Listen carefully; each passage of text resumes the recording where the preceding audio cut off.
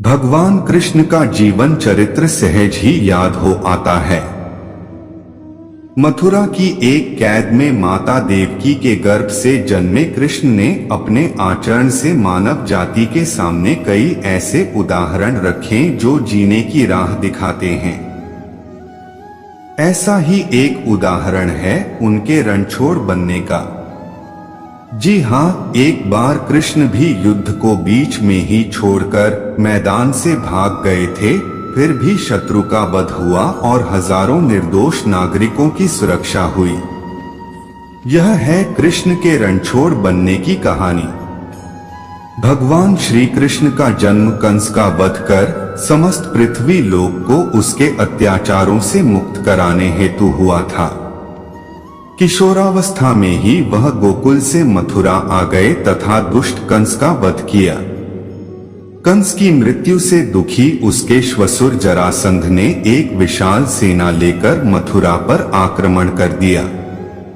इस आक्रमण में उसके साथ शिशुपाल और काल्यवन जैसे शक्तिशाली राजा भी शामिल थे। जल्दी ही सेना मथुरा जा पहुंची और मथुरा की राजसभा में कृष्ण तथा बलराम को सेना को सौंपने का संदेश भेजा गया। इस युद्ध को टालने तथा मथुरा के निर्दोष नागरिकों को बचाने के लिए कृष्ण ने रातों रात वहां से सैकड़ों किलोमीटर दूर समुद्र में एक नई नगरी द्वारिका का निर्माण करवाया। अपनी माया से उन्होंने समस्त नागरिकों, उनके पशुओं तथा संपत्ति को नींद में ही नई नगरी में पहुंचा दिया। अगले दिन सूर्योदय के समय कृष्ण तथा बलराम जरासंध की सेना के सामने जा पहुंचे और उसे लड़ने के लिए चुनौती दी।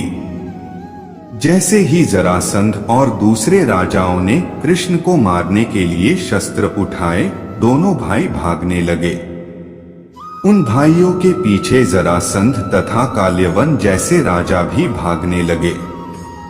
कुछ ही देर में दोनों भाई बहुत आगे निकल गए और उनके पीछे केवल मात्र काल्यवन रह गया। उसे देवताओं ने वरदान दिया था कि उसकी हत्या किसी अस्त्र या शस्त्र से नहीं होगी। ऐसे में वह निर्भीक था और लगातार कृष्ण का पीछा करते करते एक गुफा में जा पहुंचा। गुफा में राजा मुचुकुंद सो रहे थे, जिन्हें इंद्रदेव ने वरदान दिया था कि जो भी उन्हें उठाएगा वह उनके देखते ही जलकर भस्म हो जाएगा। वहां पहुंचकर कृष्ण ने सोए हुए मुचुकुंद पर अपना पीतांबर डाल दिया और स्वयं छिप गए। काल्यवन भी वहां जा पहुंचा और सोए हुए राजा मुचुकुंद पर पीतांबर देख उन्हें ही कृष्ण समझ बैठा। उसने मुचुकुंद को उठाने के लिए लात मारी, जिसके कारण उनकी निद्रा खुल गई और उनके देखते ही काल्यवन वहीं पर जलकर भस्म हो गया। तत्पश्चात कृष्ण ने राजा मुचुकुंद को अपने चतुर्भुज स्वरूप में दर्शन दिए और उन्हें मोक्ष पाने का वरदान दिया। वहीं दूसरी ओर जरासंध और बाकी राजा पूरी तरह से खाली मथुरा देखकर वापस लौट गए। युद्ध से भागकर कृष्ण ने रखा देवताओं के वरदान का मान।